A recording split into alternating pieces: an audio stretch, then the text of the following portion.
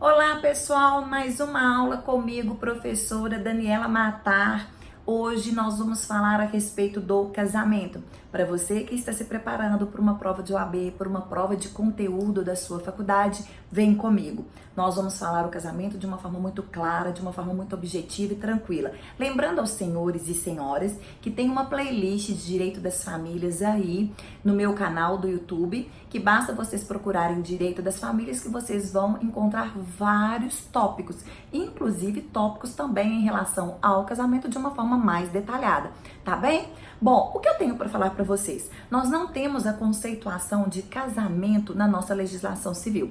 Pelo artigo 1511 do Código Civil, o casamento é a comunhão plena de vida. Dani, o que é a comunhão plena de vida? A comunhão plena de vida nada mais é do que a igualdade de direitos e deveres entre os cônjuges, entre os contraentes.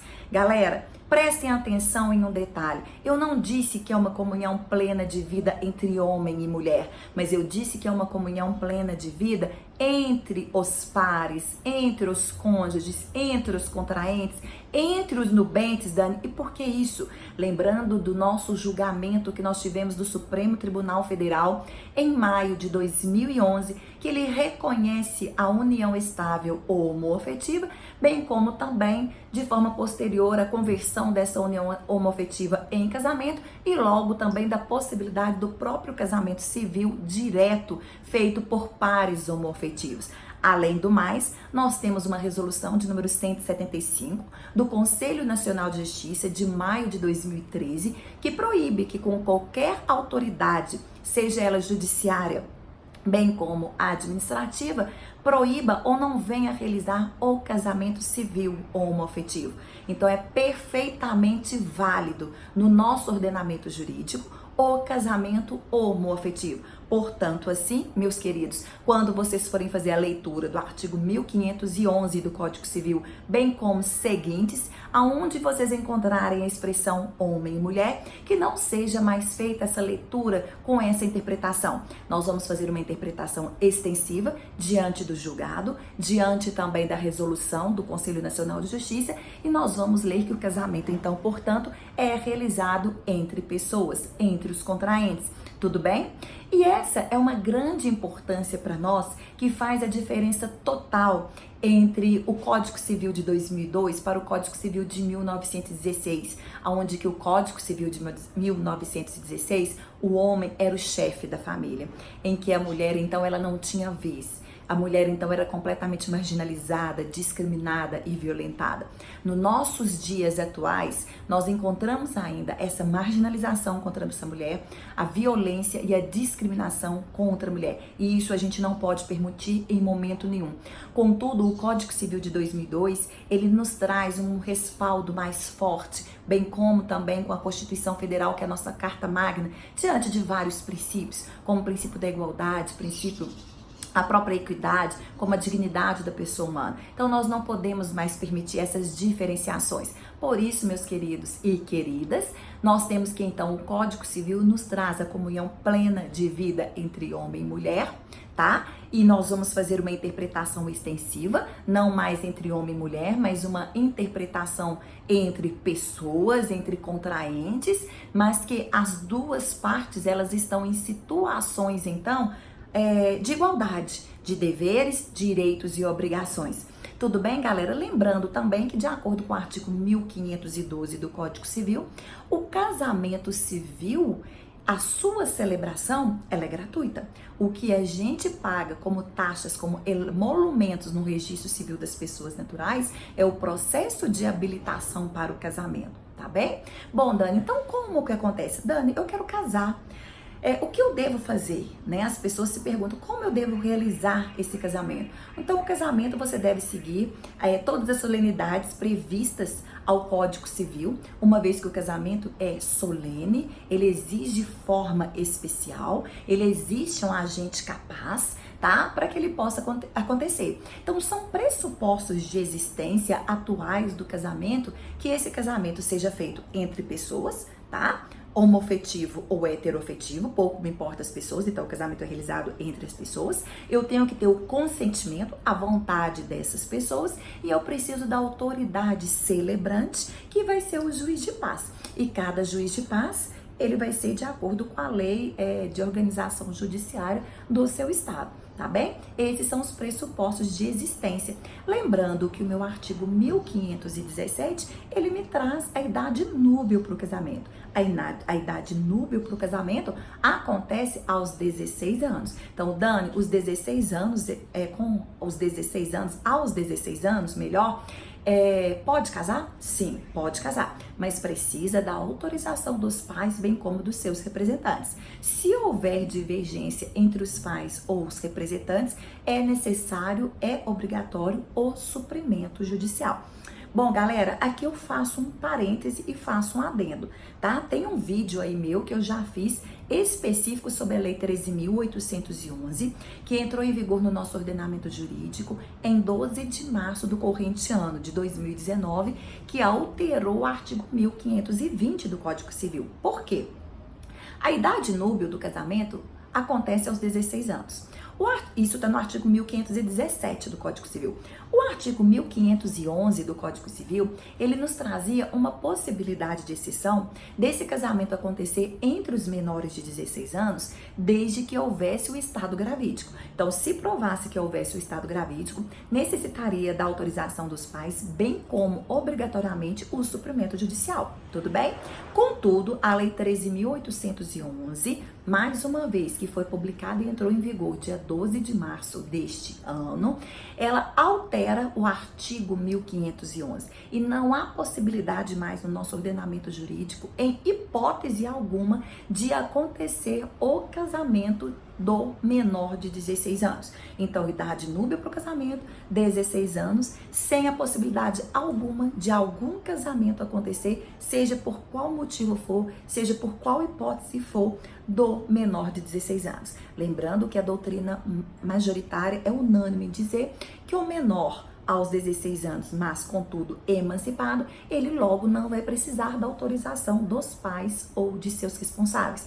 Então, nós vimos a idade núbil para o casamento, tá? Lembrando que a doutrina, elas trazem algumas possibilidades de discussão sobre a natureza jurídica do casamento. Algumas dizem ser contratualista, outras institucionalista, e a doutrina majoritária que vai de encontro ao Código Civil é a teoria eclética, que entende que o casamento ele é um ato complexo, que ele precisa tanto do consentimento das partes, bem como também da presença da autoridade celebrante, que é o juiz de paz. E isso tudo a gente consegue perceber isso diante dos artigos 1514 e 1535 do Código Civil. Tudo bem, turma? Então, diante disso, Dani, sabendo que eu posso casar porque eu tenho a idade núbil para o casamento, o que eu preciso de fazer? Vocês vão comparecer, os nubentes, os contraentes, ao registro civil das pessoas naturais, que é o cartório, aonde se realiza o nascimento, o óbito, o casamento, tá? E de acordo com o artigo 1525 do Código Civil, levar ali todos os documentos necessários arrolados neste artigo, para que possam habilitar-se ao casamento através de um processo administrativo chamado processo de habilitação. Então ali, artigo 1525, tem todo um rol dos documentos necessários para o processo de habilitação. Então, os contraentes levam esses documentos, fazem a leitura desse artigo, tá? Chegam, então, ao cartório e lá, então, eles vão entregar esses documentos. Se forem casar por algum regime de bens que não seja da separação obrigatória, bem como também a comunhão parcial, deverão estar também com o pacto antinupcial, que ele é feito para os regimes da separação convencional, participação final dos aquestos, bem como da comunhão universal. Lembrando que esse pacto antinupcial, ele é condicional ao casamento, ele é feito por instrumento público, por escritura pública e no cartório de notas, tá? E ele, então, é preliminar, antecede, então, ao casamento. E ele somente terá eficácia se o casamento acontecer, tá bem?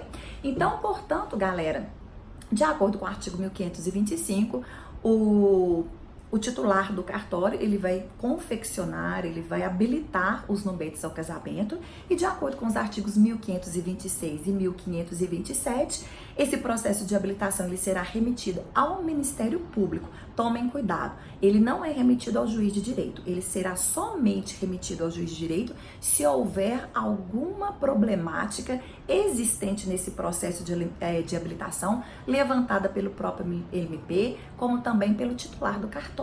Tá? Se houver algum impedimento, alguma causa impeditiva, mas fora isso, o processo de habilitação ele somente vai para o MP. Indo no MP, estando tudo ok, ele retorna ao registro civil das pessoas naturais e nesse prazo também o editais de proclama, que nada mais é do que uma minuta, do que um resumo do processo de habilitação, ele é afixado dentro da serventia pelo prazo de 15 dias. Lembrando também que aquelas serventias as quais possuem na comarca jornal de grande circulação, esses editais ele precisa ser publicado, tá, no jornal de grande circulação. A lei dispensa a publicação para aquelas comarcas que não há publicação dos jornais.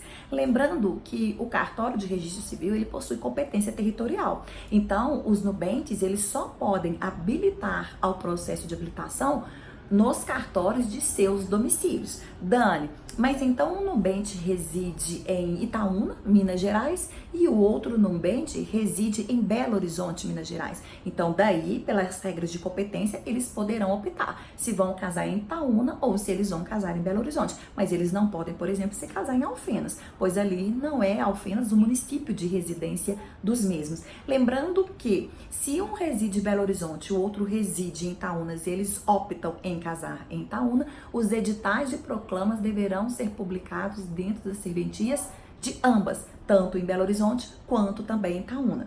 Lembrando que o casamento feito por autoridade incompetente de sua regra, de seu território, gera a anulação do casamento de acordo com o artigo 1550 do Código Civil. Então é um dado muito importante aos senhores, tá bem? Bom, uma vez estando tudo certo, o processo de habilitação ele já foi ao MP, já retornou, já houve editais de proclamas publicados dentro da serventia, bem como naquela cidade que há o jornal de grande circulação, já houve a publicação desse jornal, do edital nesse jornal, tá? Marca-se, então, de acordo com o artigo 1531, 1532 do Código Civil, a serventia ela promove um certificado de habilitação para que a celebração do casamento ocorra no prazo de 90 dias. Então, nós vamos para a celebração do casamento, que está no artigo 1533 e seguintes. Marca-se data, marca-se hora, tá? Quem precisa, Dani, estar presente? Precisa, claro, os contraentes. Dani, mas é obrigatório? É necessário? Bom, existe a possibilidade do casamento feito por procuração, tá? Mas lembrando que se nenhum dos nubentes forem comparecer, eu preciso de 2 procuradores. Tudo bem, galera? Eu preciso do titular do cartório, também a presença do juiz de paz, claro, e a presença de 2 testemunhas maiores e capazes, parentes ou não dos nubentes, tá bom? Lembrando que pode o casamento acontecer tanto dentro da serventia, bem como em local fora, mas quando acontece fora da serventia, esse número de testemunhas que eram 2 passam para 4 testemunhas, e mesmo dentro da serventia, se um dos contraentes não souber ler ou puder também ler ou escrever, esse número de testemunhas de 2 passam para 4 serventias também. Então nós precisamos ficar atentos nisso, tá? E o casamento, de acordo com a teoria eclética, ele só vai se tornar perfeito e válido quando então nós estivermos diante dessa autoridade celebrante que, de acordo com o artigo 1514 e 1535, declara os nubentes casados. Então, o casamento precisa da declaração feita pelo juiz de paz. Tudo bem, turma? Então, essa é a relação do casamento. Bom, lembrando que pode haver os impedimentos do casamento. Os impedimentos do casamento encontram-se no artigo 1521 do Código Civil. Eu peço, senhores, que vocês deem uma lida no artigo 1521. E o que eu chamo a atenção é que no artigo 1521 vem a expressão não podem se casar. Então é uma norma proibitória. Então, se houver algum tipo de impedimento, qualquer pessoa interessada pode, até a data da celebração, impor o impedimento dentro do rol do artigo 1521. Lembrando que é uma norma pública, trata-se então de uma nulidade absoluta que pode ser arguida em qualquer grau de jurisdição. Tudo bem, galera? Além disso, nós temos as causas suspensivas. As causas suspensivas encontram-se no artigo 1523. As causas suspensivas, olha a expressão, não devem casar. É diferente. O que falam as causas suspensivas? O legislador está dizendo, olha, você não deve se casar porque você está diante de alguma ocorrência das causas suspensivas que se encontram no rol do artigo 1523. Mas caso vocês, nubentes, queiram se casar, vocês poderão se casar, o casamento será válido, contudo irregular. Irregular por quê, Dani? Porque eles não terão mais a opção de escolher qual é o regime de bens. Obrigatoriamente, eles deverão se casar pelo regime da separação obrigatória de bens. Então, veja, diferença entre os impedimentos do casamento e diferença entre as causas suspensivas. Impedimentos 1521 do Código Civil, causas suspensivas, artigo 1523 do Código Civil. Então, vocês agora já sabem quando um casamento ele pode ser considerado inexistente, quando um casamento ele pode ser considerado nulo pelos impedimentos, e está lá no artigo 1548 do Código Civil. O casamento será nulo quando? Quando houver violação dos impedimentos que se encontram no artigo 1521 do Código Civil. Tudo bem? Bom, causa suspensiva, o casamento será o quê, turma? Válido, contudo irregular, beleza? Bom, além disso então, galera, nós temos o artigo 1571 do Código Civil. O artigo 1571, ele fala o seguinte, dissolve-se a sociedade conjugal pela morte, pela nulidade, pela anulação, pela separação e pelo divórcio. Lembrando aqui, muito importante que vocês saibam e tenham noção de diferença da morte real para a morte o quê? Presumida. Tá? Lembrando que a morte real, eu tenho o corpo que foi encontrado, que pela declaração de óbito, DO, dada pelos médicos competentes, a família, então, da vítima, do falecido, procura o registro civil das pessoas naturais e ali vai ser expedido a certidão de óbito. Então, lembrando que se José é casado com Maria, se Maria, então, torna-se viúva, ela poderá, então, diante da morte real constatada de José, pleitear ali aquela certidão de óbito e com isso dissolve-se a sociedade conjugal, então, pela morte. Mas lembrando que a gente tem a morte presumida, tem vídeos aí na minha playlist falando da morte presumida, a morte presumida sem a decretação da ausência, do desaparecido, que está no rol do artigo 7º do Código Civil, e da morte presumida com decretação de ausência em relação aos ausentes, que se encontra na parte 2ª do artigo 6º do Código Civil. Então, dê uma lida, saiba a diferença dessas mortes presumidas e vá lá na minha playlist que vocês vão encontrar, tudo bem? Bom, nós vimos que a sociedade conjugal também, ela pode ser dissolvida pela nulidade do casamento. Nulidade do casamento encontra-se no rol do artigo 1548 do Código Civil. E aí o 1548, como eu disse a vocês ainda há pouco, o casamento será decretado nulo diante dos impedimentos. E os impedimentos encontram no artigo 1521, tudo bem? A anulação do casamento. Então, dissolve-se o casamento também pela anulação do casamento, uma nulidade relativa, e a anulação do casamento encontra-se ao rol do 1550 do Código Civil. Quais são as hipóteses, Dani, de um casamento que será anulável? O casamento será anulável, então, daquele ainda que não completou idade mínima, tá? O casamento também será considerado anulável daquele ainda que completou a idade mínima, 16 anos, mas que não tem a autorização dos pais. Por vício de vontade, lembrando que o vício de vontade é erro em relação à pessoa do outro, e coação, que se encontra no artigo 1556, 1557 e 1558 do Código Civil. O incapaz que não conseguir exprimir a sua vontade, o casamento também será anulável. Será anulável o casamento daquele mandante que outorgou uma procuração para o mandatário e para o seu contraente para que houvesse a celebração do casamento, revoga essa procuração sem dar anuência aos contraentes. Então, portanto, também o casamento será anulável, tudo bem? Será anulável também o casamento da autoridade territorial incompetente. Galera, essas são as hipóteses, então, que geram um casamento anulável. Lembrando que a anulabilidade, nós temos prazos decadenciais. Então, nós temos 4 prazos. 2 anos em relação à autoridade incompetente, 3 anos em relação ao erro, 4 anos em relação à coação. E todas as outras hipóteses que nós acabamos de mencionar, prazo de 180 dias. Tudo bem, turma? Dissolve-se a sociedade conjugal também através da separação e do divórcio. Contudo, a separação e o divórcio eu vou deixar para falar em outro vídeo, somente separação e divórcio, tá? É importante também eu dizer para vocês que existem os efeitos pessoais do casamento e os efeitos patrimoniais do casamento. Os efeitos pessoais do casamento encontram-se a partir do artigo 1565 e seguintes do Código Civil. E vocês sempre têm que lembrar lá do artigo 1511, que fala da comunhão plena de vida. Então significa que é possível fazer planejamento familiar? É possível fazer planejamento familiar. É possível administrar a sociedade conjugal? É possível administrar a sociedade conjugal.